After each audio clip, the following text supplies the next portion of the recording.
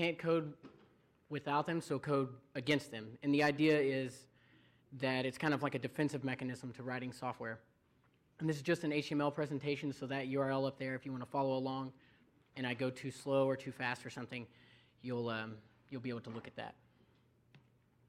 So first off, my name is Luke Lee. I write scientific applications for geologists and geophysicists, mathematicians in the oil and gas industry, typically data mining scientific applications that are desktop applications, so that's a little unique. Believe it or not everybody's in the cloud. Desktop applications, they still exist. I'm writing with them. So I'll start off with a story. Say, like, we've probably all been there. It's like Tuesday afternoon, and you just shipped your release, and you're feeling really great about it. You think, this is the best release I've ever done. All the bugs are gone. All of my tests are passing. Everything is awesome. And so you just kind of sit back and you relax. You take it easy. And then as the week starts to wear on, you get like that first bug report. And it's like something small, like you had a typo in a debug or in a window or something, just on a dialog window or something. You're like, okay, well, that's not that big a deal. You fix it up. You push it to the repository as fast as you can. And you're like, okay. Now we're good. And then slowly this happens a couple more times as you go on to the week. And then someone submits that one bug, and you spend days and days and days and days sitting there, and you have no idea what's going on. You think that the code must be lying to you. There's no way that you got into this position. You can't reproduce it on your own machine. Like, this is by far the worst release you've ever done. You have no idea what to do. So what this talk is really going to be is there's no silver bullet to solving this problem. If I had the solution to that problem, I'd probably be like rich and doing something other than telling you I don't have the solution to that problem. So there is really no silver bullet to solving that problem, but I'm going to try to present to you this methodology and way to write code that'll hopefully make that problem a little easier to deal with. Because the fact of the matter is, every piece of software I've ever shipped has bugs in it, and I'm guessing that maybe for some of you, that's probably also true. Maybe all of you, I don't know. But I'm trying to write software these days in a way that takes into account the fact that I'm going to write some bugs, and I just have to live with them, and I want to make that life a little more livable. So Wikipedia defines this kind of style as defensive programming, and I think this definition sort of gets to what I mean, but I'm not necessarily saying we need to write code because I think someone's going to deliberately try to break it or something like that. So this definition is not exactly what I mean when I talk about defensive coding, but it's about as close as I can come to like a formal definition. What I really want to talk about is kind of my view of the way this works, and there's 3 guidelines. The first guideline is that every line of code is a liability. To me, this is just fact. I think that every line of code I write has a potential to have bugs in it. So the more lines of code I write, the more bugs that I could be introducing. So when I write code, I try to really think carefully, like, do I want to be on the hook for this line of code? And I know that's like a pessimistic way to look at it, but I guess that's just how I do it. And I think that it's useful to think about that when you're writing code. You don't want to just write a whole bunch of lines of code just because it's fun. You want to try to make sure that each one has its place. The next guideline that will kind of follow this through this talk is to codify your assumptions. All too often, I think us as programmers will write code and we'll just put some comment in there and we'll say something like, this number should never be negative, or this code will never happen, or some comment like that, and I don't think that's super useful. We can do a little bit better so we can codify those assumptions because sometimes they're not clear when looking at the code explicitly. And finally, executable documentation is preferable.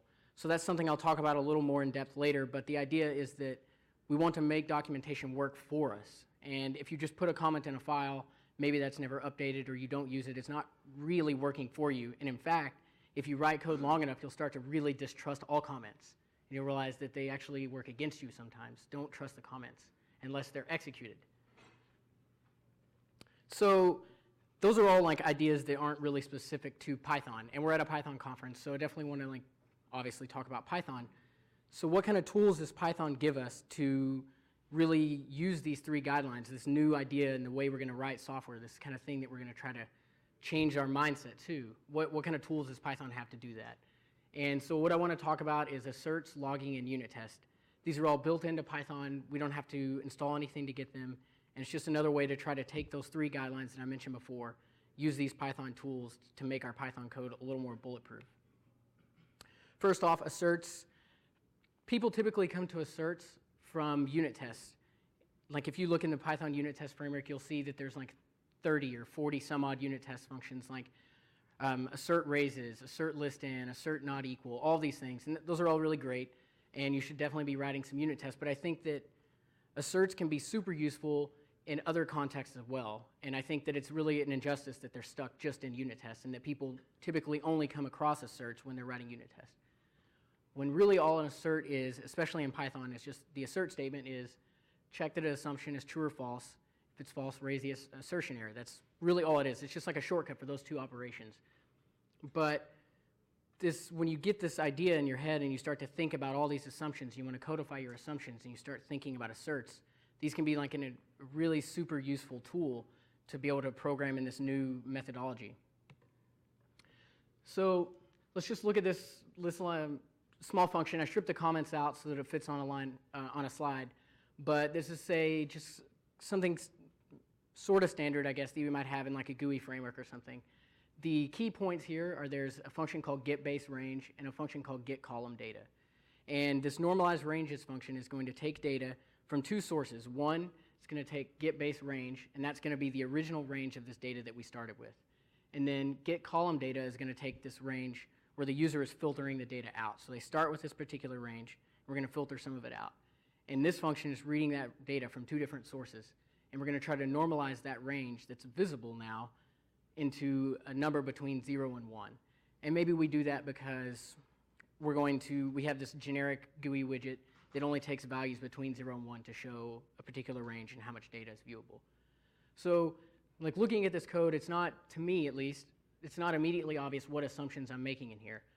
But there's probably are some, and if I have some bugs in here, it's going to be pretty difficult to debug.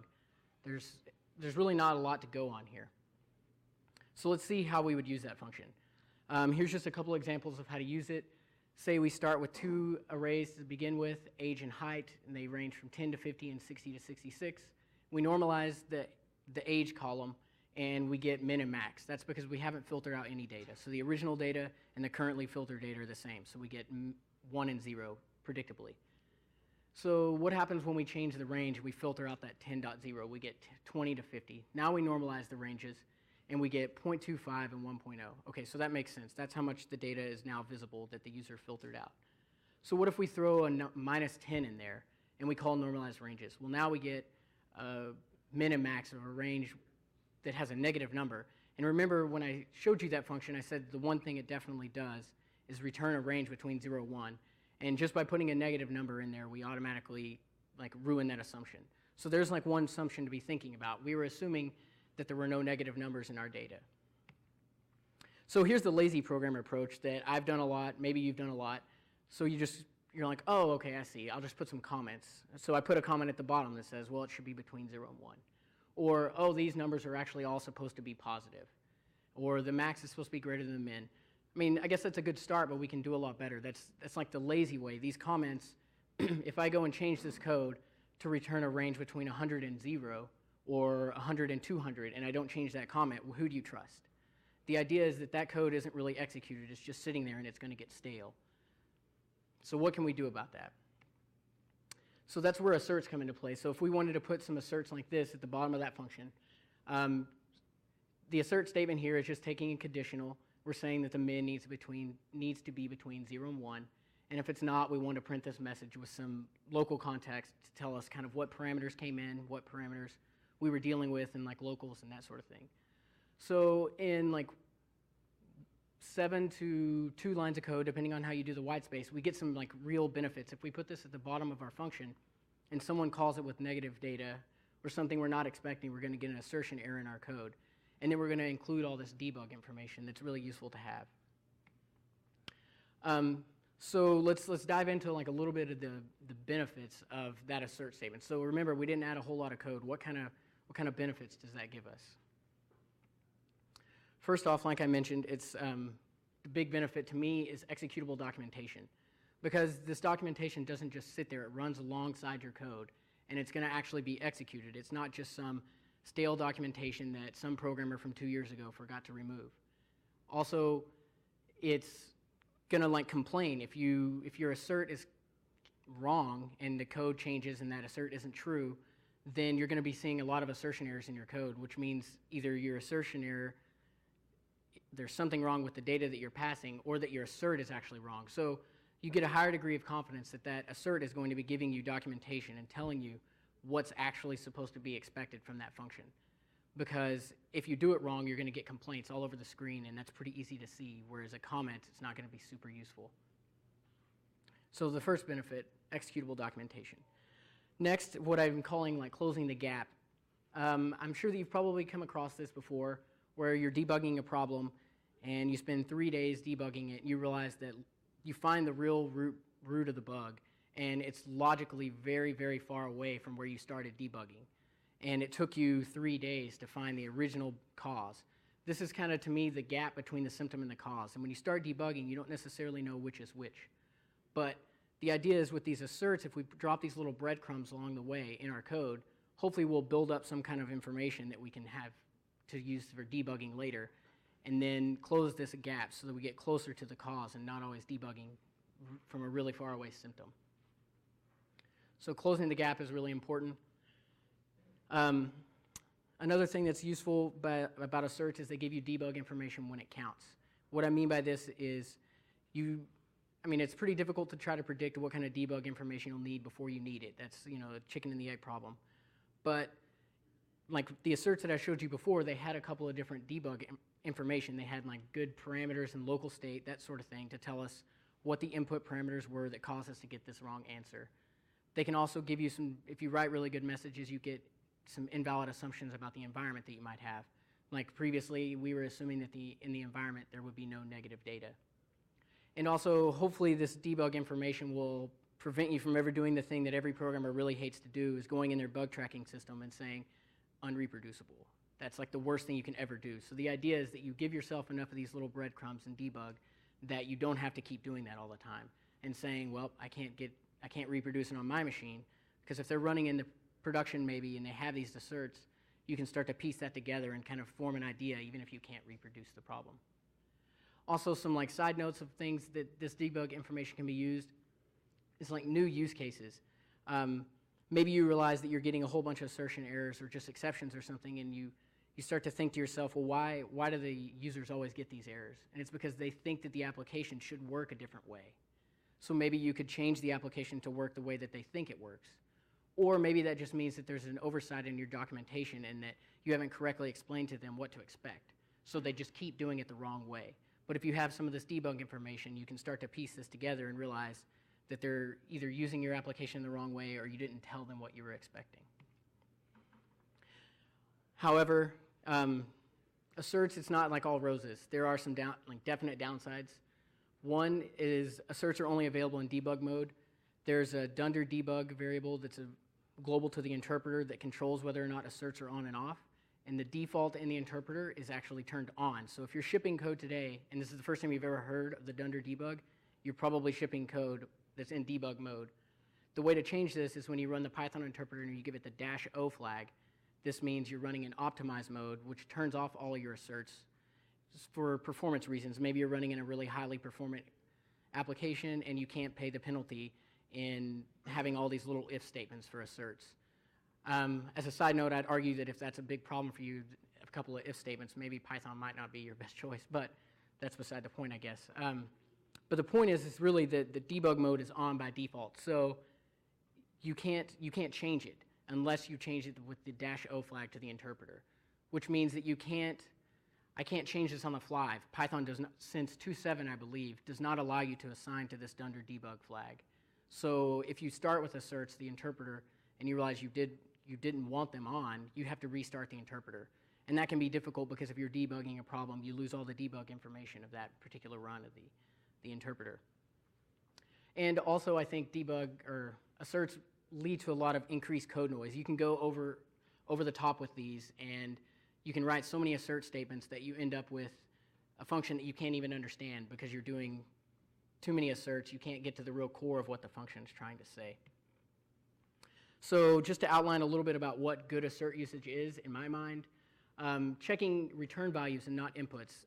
People typically want to put asserts at the top of a function and assert that everything is correct when they start the function, and that's super useful, and that's a good practice to follow. But I think if you check return values with asserts, you kind of flip that on its head a little bit, and it can be more useful because you get a 2-for-1 scenario. Maybe your function is safe to run, and you want to be able to see how it performs on this invalid input, assuming that your function is safe, something like that. But if you let it run and you put the asserts at the bottom of your function, you can start to see, well, what was the invalid input and what was the answer that I got? So you get some debug information about how you behaved on the incorrect code or invalid data, but then you also know that you were returning something incorrectly.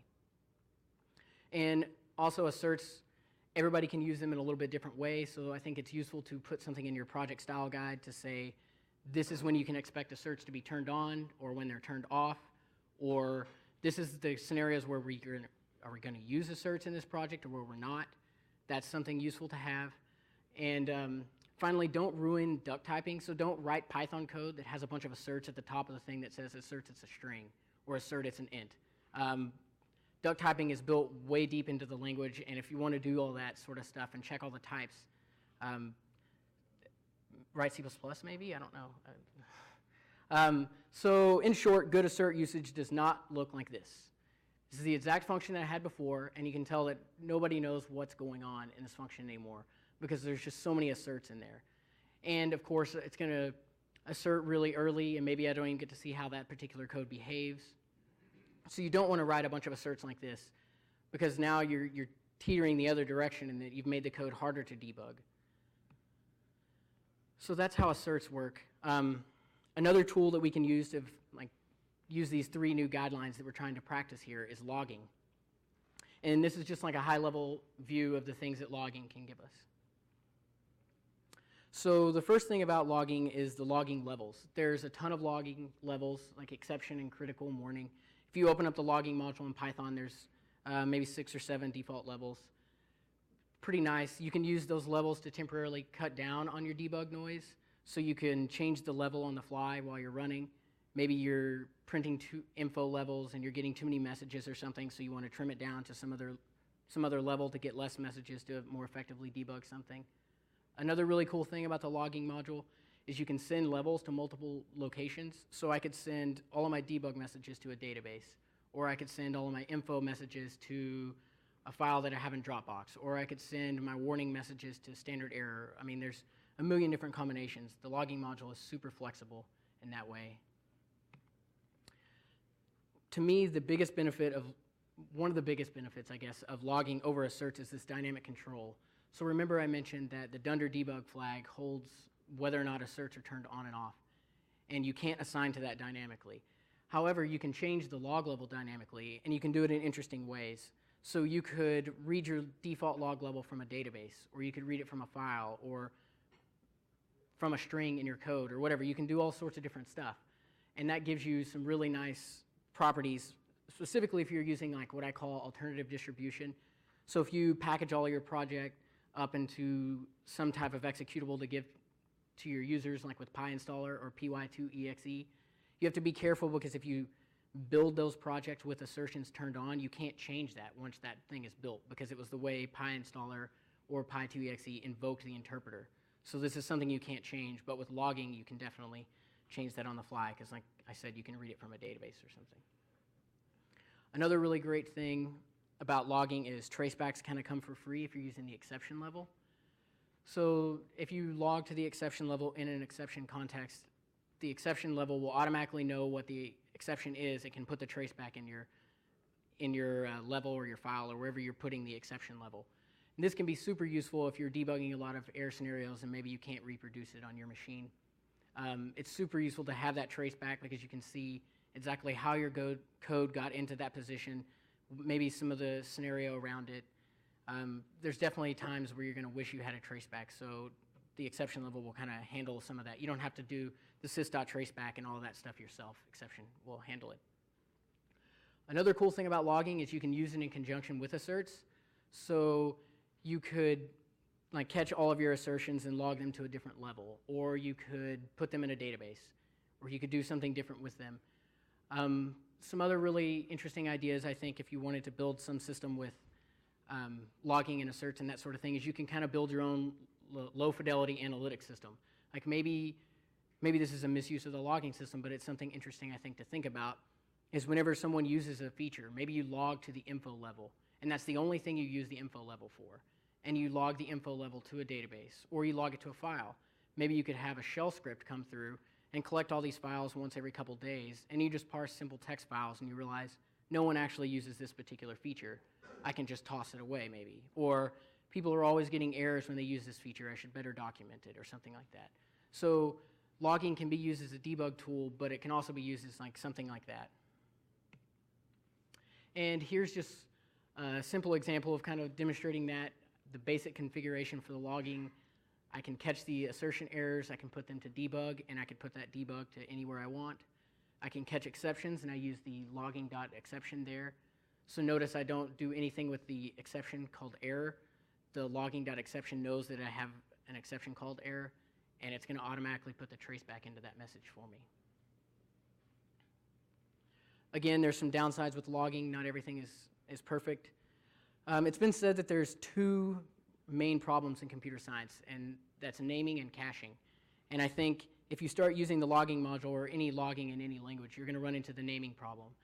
And that becomes basically, can you manage consistent levels? So you have all these levels to use, but each developer, every one of us is going to say, well, that's an info level message, or that's an error level message. And then if you get a whole bunch of developers on one project, it's going to be really difficult to say, errors always mean this particular thing, or info always means this particular thing.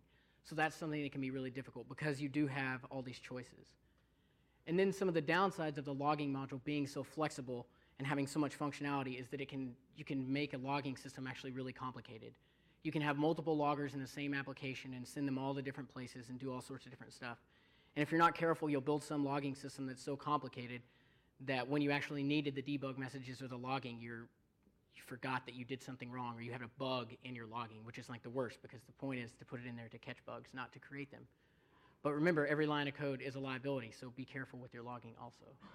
But if you're interested in this idea of using multiple loggers and doing strange stuff with them, check out the Python documentation for the logging cookbook. There's a lot of interesting ideas there. So finally, one of the final tools to use this new methodology that we have, those 3 guidelines that we can use, are unit tests. Again, the same story here, I think, with asserts is people come to unit tests when they come from like test-driven development. And that's useful. Test-driven development is the idea that I'm going to write all my tests, then I'm going to run my code and watch it fail. And then I'm going to keep writing code until all my tests pass, and that tells me that I'm done. In my experience, this is a great idea, but it's a little bit of a pie-in-the-sky idea because it's really hard to get managers to buy in or clients to buy in and say, we're going to spend a whole bunch of time up front writing these tests, but I promise you're going to actually get your money back in the end. That's a really hard sell. So unit tests, people come to it from test-driven development, and that's useful, but unit tests can be useful outside of that as well. I think unit tests are super useful after the fact, so spin that kind of idea on its head, and every time you find a bug, if you write a unit test for that, I think you might actually get some more benefit out of it. So the idea is that you can release early, find bugs, write tests, and keep repeating that process. So what are the benefits of unit tests? Think about what I said with executable documentation. So executable documentation, again, is just documentation that runs. But unit tests can actually serve for this too, because maybe I found a really difficult bug, and I did all the hard work to figure out what scenario the bug was in, how to reproduce the bug, what kind of data it took, where the bug was at, and finally how to fix it and verify that you fixed it. So this is kind of like the 5 W's, like who, what, when, where, and why. So when you fix a bug, you already figured all of those out. But then you put some of that information in a commit message, hopefully, and then you put some of that message or some of that information into a comment, hopefully, but that documentation isn't working for you. In fact, we've already shown that it can sometimes work against you. So if you write a unit test for that fix, then you can encapsulate all of that information into that one unit test. And then if someone is refactoring later and they think, this piece of code is really weird, what is this used for? Maybe they remove it, they run all the tests, and they realize, okay, something failed. But then they can go to the unit test, and maybe there's some doc string or something associated with the unit test, and they can see exactly the setup that bug required, exactly how the bug came about, and exactly how to figure out how it was fixed. So if you think about it that way, unit tests can actually be like documentation for your bug fixes. And also this is useful because refactoring and stuff, old bugs definitely have a tendency to come back. Again, with the downsides, right? That's just kind of the theme. So unit tests are hard to run. They're not located with the code. So the thing that I dislike most about unit tests is typically they're in some other file, which the farther they are from the real code, the distance they are increases the fact that they're going to be out of date. And then add on the fact that they're hard to run sometimes, and then you end up with a whole bunch of tests that you don't ever run that actually don't work or are completely out of date. So you might as well have just written comments because those feel easier to throw away, right? So unit tests can be really difficult. You have to kind of solve some of these problems. And then also, some environments are really hard to duplicate. Maybe you're running into some crazy bug on your Raspberry Pi or something, and that's really hard to duplicate on your machine. Or another thing that can be useful is doc tests that can solve some of these problems. And we'll talk about those in a second. So the Zen of Python tells us that there should be only one and one obvious way to do it. Unfortunately, with unit tests, that's not the case. There's a lot of different ways to do it. Here's just a few examples of different ways to do it. With PyTest, nose, doc tests. PyTest and nose, they can run all sorts of different types of tests, but they can help you solve that problem of how to run the tests. Doc tests are really interesting and fun to use, and I think pretty cool because they solve that problem of the fact that the code and the tests aren't next to each other. So if you use doc tests, you can put your tests in your doc string of your function or something like that, and then you can start to narrow that gap between the code and the documentation and the testing. And that's another way of making your documentation work for you. Remember, because executable documentation is better. And finally, Travis CI is not something specific to Python, but it's a continuous integration server that can also solve that problem of how to run your tests. So you can put up a post-commit hook or something like that, and every time you commit something, your test will get run. So hopefully, I know it's a little bit of pessimistic talk, but I think of it as a blend of motivation and pessimism. So I told you all your code is going to have bugs, but I'd like to end it on a high note. And hopefully you'll get some tools, some new tools and a little perspective so that you're properly suited up and you can go to your next bug battle kind of like this Thorgy. And here's just some links that I have. That top link is a reference to all the pinboard links and that sort of thing that went into me preparing this talk. If you want to get in touch with me, Twitter is probably the best place. I'm Durden20 there. I'm Durden on GitHub, and I help run a blog at coderspace.com with some friends that came out of the Django Dash a couple years ago that's built on GitHub, and I blog on there about Python and scientific Python and that sort of thing as Durden. So at this point, I think we have a little bit of time for questions. Any questions?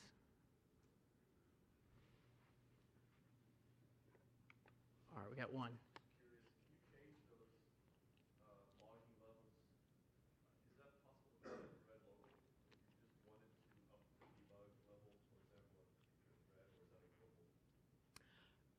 So the question is, can logs go for different threads? I would guess, I'm not for sure, but I would guess that that's actually that's across all threads, I would think. But I'd have to look into that. I'm not actually sure. I don't know if anybody else knows. Anybody? Okay. Any other questions? Yeah.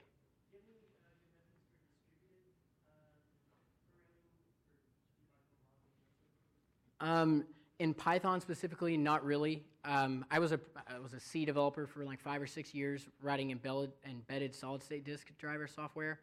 So I definitely had to use remote debugging, remote GDB and that sort of thing, when you're debugging those sort of problems. But with Python, I'm not for sure of any tools. I know New Relic makes a lot of logging tools, and you can drop into a shell, I think, with some of their hooks and that sort of thing. So you could maybe use their service for some of that stuff. I'm not, as far as specifically for Python for remote debugging, I'm not sure. Going once, going twice. Oh, one more. Excuse me?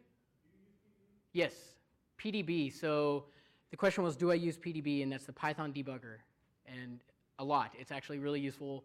You can drop in at any point in your code and get a Python shell right there. I actually use another one called PDB++, which gives you some syntax highlighting and tab completion, that sort of thing. And it's nice because it's just a drop-in. It does the exact same API as PDB, so if you just drop it in front in your path, it'll work exactly like that.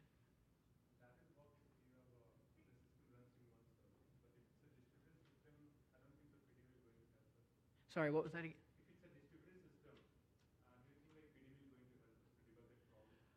If it's a distributed system, is PDB going to help you? I would guess no.